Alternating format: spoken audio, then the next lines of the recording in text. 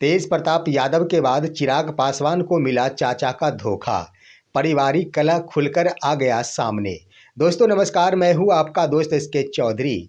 मकर संक्रांति के दिन 14 जनवरी 2026 को तेज प्रताप यादव की ओर से दही चूड़ा का भोज का आयोजन किया गया था।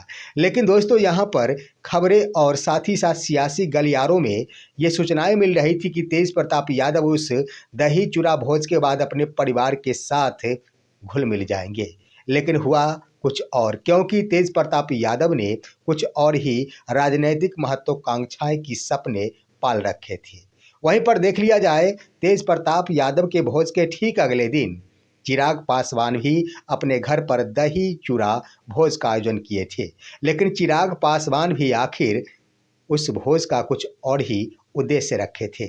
वहां पर भी ठीक जिस तरह से तेज प्रताप यादव को अपने चाचाओं का धोखा मिला, एक बार फिर से चिराग पासवान को भी ठीक उसी प्रकार चाचा का धोखा मिल गया, जिसका नतीजा हुआ दोस्तों कि आखिर दोनों ही लीडर चिराग पासवान और तेज प्रताप यादव के साथ पारिवारिक रिश्ते का खुलासा हो ही गया। आइए आज के इस वीडियो में चर्चा करते हैं कि आखिर दोनों की ओर से कौन से राजनीतिक महत्वाकांक्षा को पाल कर रखा गया था जिसकी पूर्ति नहीं हो पाई, लेकिन चाचा का धोखा और पारिवारिक कलह का उजागर जरूर हो गया। आइए इस पर चर्चा करने से पहले मैं आपसे गुजारिश करूंगा, अगर आपने अभी तक हमारे इस चैनल शौर्या हिंदी न्यूज को सब्सक्राइब नहीं किए होंगे तो कृपया अभी सब्सक्राइब कर लेंगे। दोस्तों चिराग पासवान बीते दिन यानी मकर संक्रांति के ठीक अगले दिन जो बिहार में पर्व मनाया जाता है, उसके अनुसार 15 जनवरी को यानी ठीक अगले दिन उन्होंने अपने आवास पर दही चूड़ा भोज का आयोजन किया था। लेकिन दोस्तों उससे पहले आइए, ठीक एक दिन पहले तेज प्रताप यादव के द्वारा जो भोज का आयोजन किया गया था उसमें तेज प्रताप यादव की राजनीतिक महत्वाकांक्षा खुलकर सामने आ गई।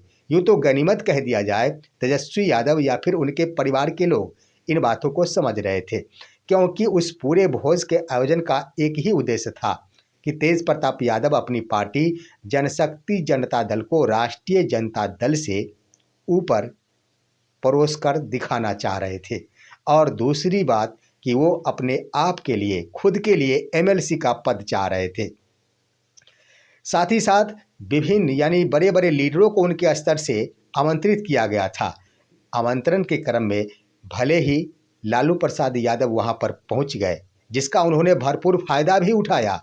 उन्होंने लालू प्रसाद यादव के पहुंचते ही कह दिया कि लालू यादव की असली पार्टी जनशक्ति जनता दल ही है, यानी राष्ट्रीय जनता दल को उन्होंने दरकिनार कर दिया।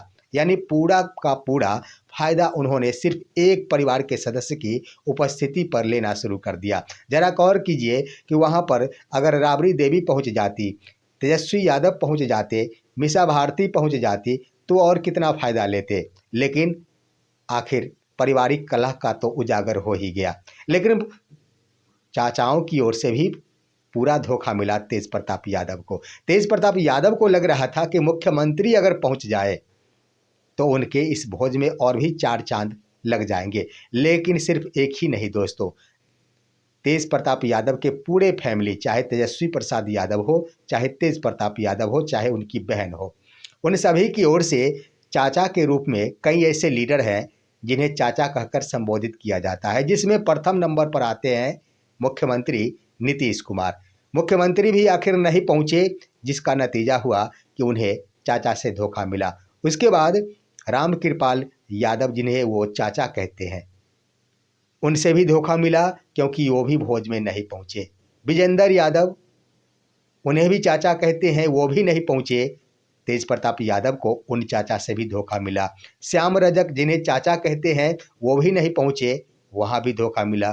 तो इस तरह से कह दिया जाए तो कई चाचाओं की ओर से धोखा ही धोखा देखने को मिला तेज प्रताप यादव को।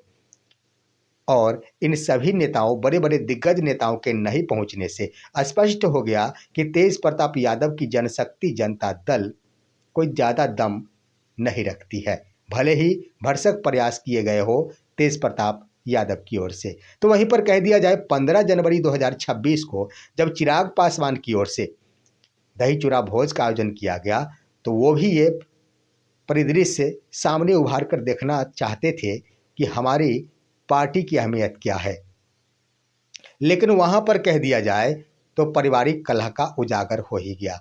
वैसे तो कह दिया जाए चिराग पासवान ने खुद ही इस भोज को सफल बताया है। सबसे बड़ी बात कि उनके प्रवक्ता निशांत मिश्रा के द्वारा 100% सफल इस भोज को करार दिया गया है।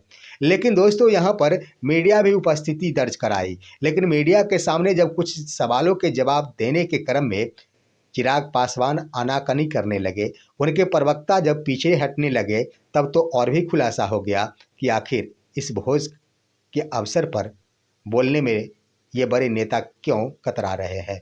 दरअसल दोस्तों वहाँ पर चिराग पासवान को ये लग रहा था कि अगर इस भोज में तमाम बड़े बड़े लीडरों की उपस्थिति के बाद हमारे पारिवारिक लोग, हमारे चाचा और हमारे भाई प्रिंस राज यानी पशुपति कुमार पारस और प्रिंस राज की उपस्थिति हो जाती है तो चिराग पासवान के दोनों हाथ में लड्डू हो जाएंगे।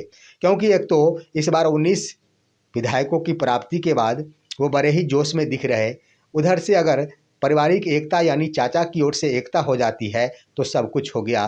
5-5 सांसद तो उनके साथ है ही, जिसको लेकर दोस्तों वो बड़े ही आशा पाल रखे थे कि चाचा की ओर से जरूर ही उपस्थिति दर्ज कराई जाएगी। लेकिन अंतःगत्वा तेज प्रताप यादव के भोज में पशुपति कुमार पारस तो पहुंचे, लेकिन चिराग पासवान के भोज में ना तो उनके चाचा पशुपति कुमार पारस ही पहुंचे और ना ही उनके चचेरे भाई प्रिंस राज ही पहुंचे। तो इस तरह से खुले रूप से पारिवारिक कलह सामने उभर कर आ गया, पारिवारिक कलह का उजागर हो गया।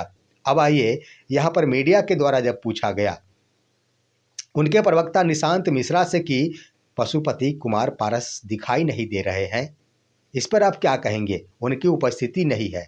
तब उन्होंने कह दिया कि इसके बारे में मुझे कुछ जानकारी ही नहीं दी गई है कि किनको इनवाइट किया गया और किनको इनवाइट नहीं किया गया। यानी उनके प्रवक्ता को मालूम तक भी नहीं था कि इस भोज में किस किस को इनवाइट किया गया है।